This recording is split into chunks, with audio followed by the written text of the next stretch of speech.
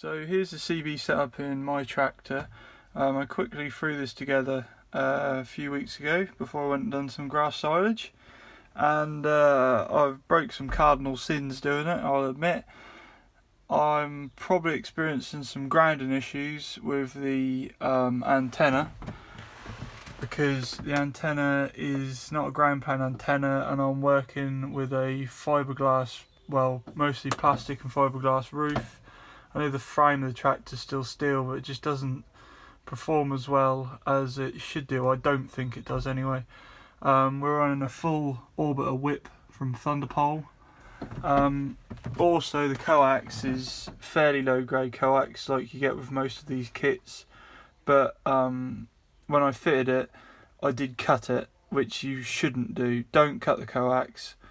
So to remedy that, I've got a Groundplane antenna kit from Mount Kit and new piece coax from Knight CB, which Thunderpole, Knights, not a whole lot to choose between them. But to start off with, what we're going to do is we're just going to go out into the field and take some quick SWR and power readings just to see where we are. This is the SWR meter and power meter.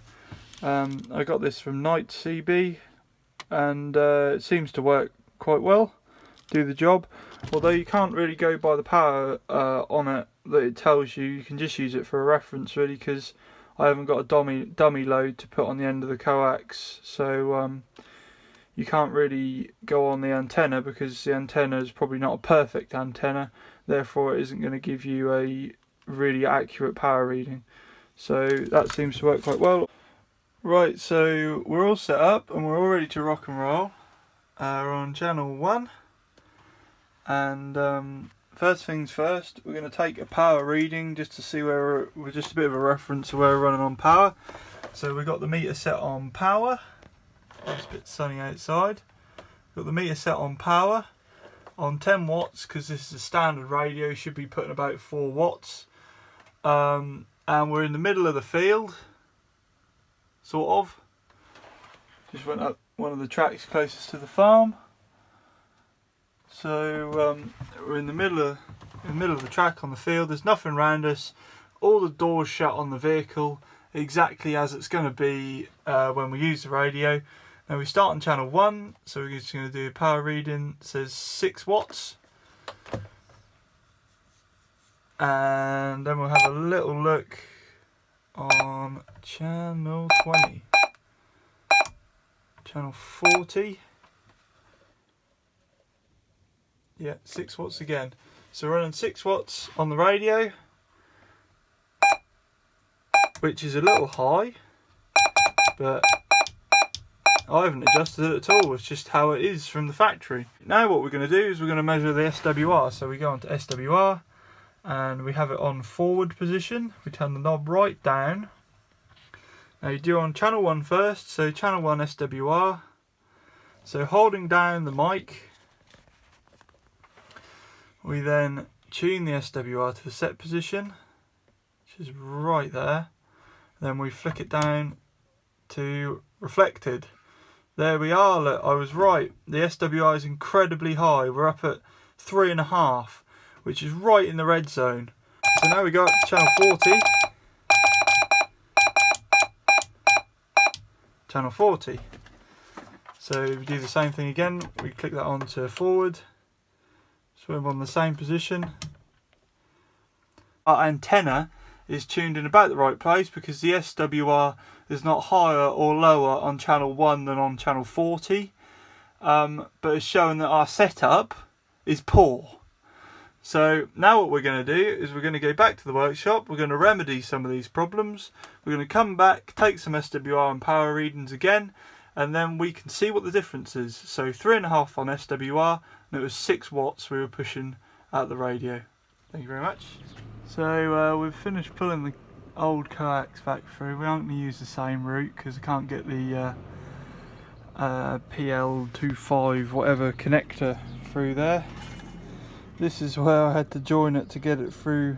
It was fitted really nice, you know, it was really in there really well, but you shouldn't compromise on performance of the radio. I could have blew up my new radio, you know. so it's better just to have it looking a tad shabby. This is the antenna, big old whip. So now what we're going to do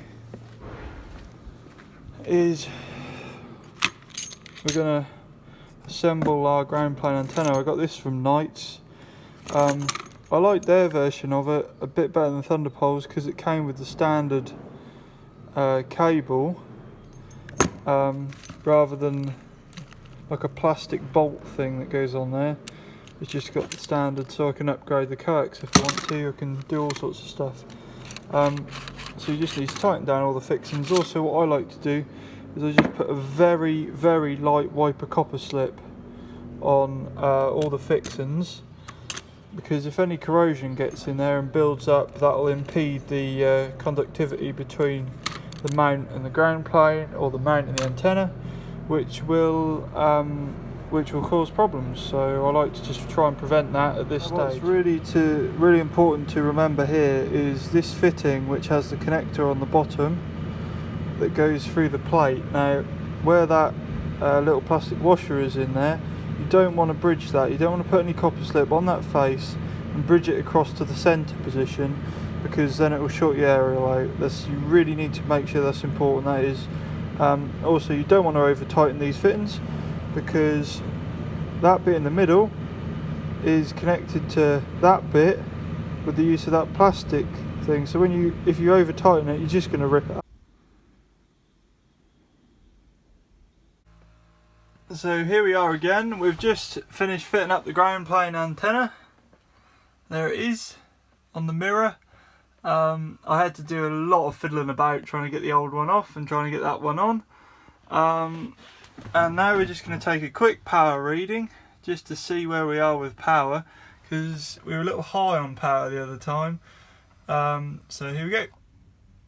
There we go, we're right on 4 watts now, which is good. So we're just going to do an SWR reading on number 1. So SWR, forward, turn that down. Now we turn this up till we're on set. There. And now, there we are. What a difference has it made?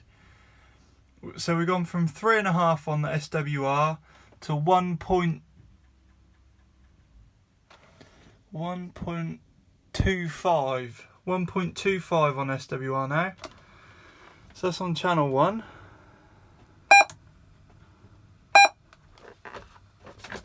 So let's just go up to channel 40 on the UK 40. Same thing again, forward,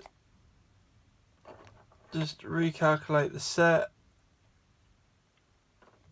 reflected. So we're on 1.3. Yeah, 1.3 on SWR. So what we can do is we can either just leave it as it is, because 1.3, 1.25, they're pretty good numbers, they're pretty close. We can leave it where it is, or we can change the length of the aerial. I'm quite happy with my level of SWR now. My SWR readings come down a hell of a lot out of the red zone, and it's down to a proper cable that hasn't been joined. We've now got a ground plane on the antenna, and that's improved the grounding a hell of a lot. Also, I might just run a little ground strap from where the antenna is on the mirror just down to this, where the chassis is here, just a little ground strap, and that might just bring it down even more. If your SWR is higher on channel 40 than on channel 1, you need to make your antenna shorter, and I find the best way of doing that is with some emery paper on these whip antennas, is with some emery paper and a flat piece of wood, and just take a little bit off the bottom of off the steel whip, and then put it back in, do the grub screw up again on the top, and that's what I find is the best way of shortening them. But you don't have to do that very often. They're normally pre-tuned. You can either leave your SWR meter in in like this if you want to. You can use it as a power meter. There's antenna is where the antenna plugs in, and trans is where the radio plugs in. So you can leave it in there all the time if you want to, and just check it every now and again. But I'm not going to bother. I've got a few other things to check on some other radios. So thank you all for watching. I hope you've learned something, because I sure have.